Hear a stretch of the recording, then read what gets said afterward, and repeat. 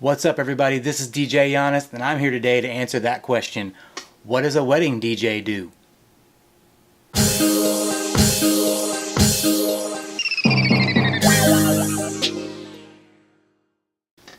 So guys, we're wanting to answer this question. What does a wedding DJ do exactly? And that answer is pretty complicated, actually. There are a lot of hats that a DJ will wear for any given event, especially a wedding. So we're going to kind of cover those for you right now and help you guys figure this out, what you're paying for. So first off, obviously, a DJ is going to provide sound equipment, obviously. A lot of times they're also going to provide lighting equipment. So you have to take all of that into consideration. If you were to go rent all of these things on your own, you could spend a hefty amount. Typically, it's anywhere between 10 and 20% of the value of that item is what they're going to charge you to rent it from, an event rental type place.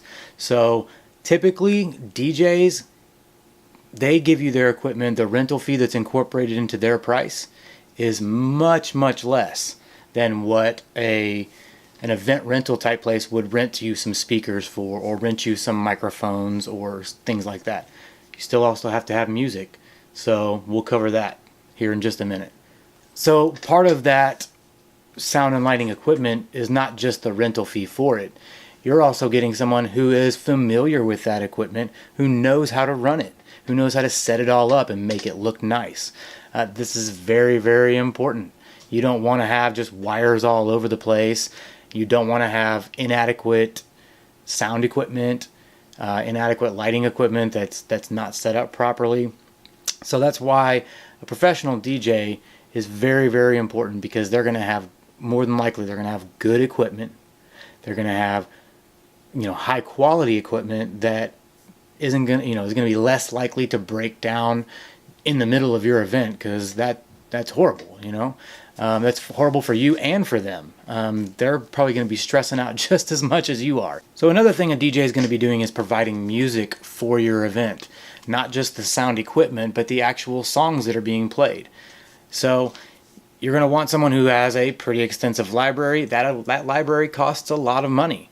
And they're either going to be doing one of two different things, more than likely, or a combination of these two. They're going to buy their music directly from a source like iTunes, or they may actually buy CDs and rip them to their computer or something like that. Another option that a DJ would have would be to pay for some kind of subscription to a monthly club where they get royalty, basically where their music is legitimate for them to be able to use it commercially.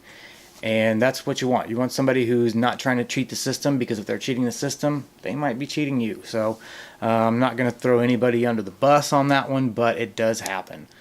So the next thing is a really, really important thing, and it's kind of one of those unspoken things that a DJ is responsible to do, especially at a wedding reception. And that is to be an MC, to be the master of ceremonies, to be that person who's telling everybody what the heck they're supposed to do. So you want someone who isn't afraid to talk in front of a crowd, who can put a few words together in a nice, eloquent way. Something like, "All right, ladies and gentlemen, it's time for the bride and groom to enter. If we could, please take your seats." Something along those lines, but you want them to have a commanding voice. You want them to be able to get the crowd's attention quickly, directly, but also do it in a way that is appropriate for your event. If I have an event where I have a lot of kids, I'm much, much more animated, and I can say things a little bit more relaxed. Whereas with a wedding, I need to be on my A game. I need to bring it. I gotta make things sound very, very professional, very eloquent. And so with a wedding, it's a little bit different, and you want someone who can keep the energy up. So while they're making their announcements, they're making sure that people are informed. You may have a photo booth. You want to tell people about the photo booth. Maybe there's a bar, and you want to make sure that people know, hey, there's a bar back here because you paid money to have this bar, and you want to make sure that your guests are having a good time. All right, guys, so the last thing is a wedding DJ is more than likely going to be your coordinator. And I run into this. This is pretty much my typical scenario, but you know, 1 out of 10 times I'll be working with a wedding coordinator, and that is a huge load off of my shoulders because that's my go-to person when it comes to where I'm supposed to be doing, what announcements I need to be making. All of that makes it very, very easy for me. They generally have a timeline already set up for me, so I just follow the timeline that they've already established with the bride and groom. But when I'm doing that on my own, I've created a wedding questionnaire that I give to my couples, and I give that to them months and months in advance, so it gives them plenty of time to formulate it all, and you know, me help answer any questions that they might have about what songs they want, when, and you know, what kind of dances they want. I will have 2 videos that I'm going to be putting out. They'll put links in the description below, but it will give a general, like the typical timeline for a ceremony and a reception, so that way if you're trying to plan those couple things out, it'll kind of give you an idea of what the normal is and some variations on that, so that you can kind of customize that for your own wedding. But I mean, a coordinator, if you were to hire a coordinator, like a day of coordinator, they'd probably come to, you know, they'd probably meet with you about a week or 2 ahead, and they'd be there at the rehearsal, and they'd be there for the actual ceremony itself and the reception. But I mean, I'd say you're probably looking at anywhere between a few hundred and $1,000 to $1,500 easily for a coordinator to come that day. And typically it's you know, sometimes you just get 1, but sometimes you might get 2 people.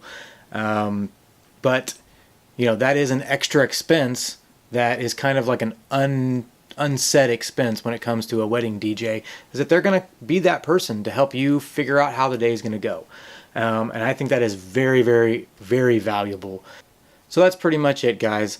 Wedding DJs do a lot. They bring a lot of value, so definitely don't go out and look for the cheapest one, because they may not have as much experience, they may not have as good of equipment, and when it comes to some of these things like coordinating and MC services, you want to make sure that you have somebody who's been there and done that.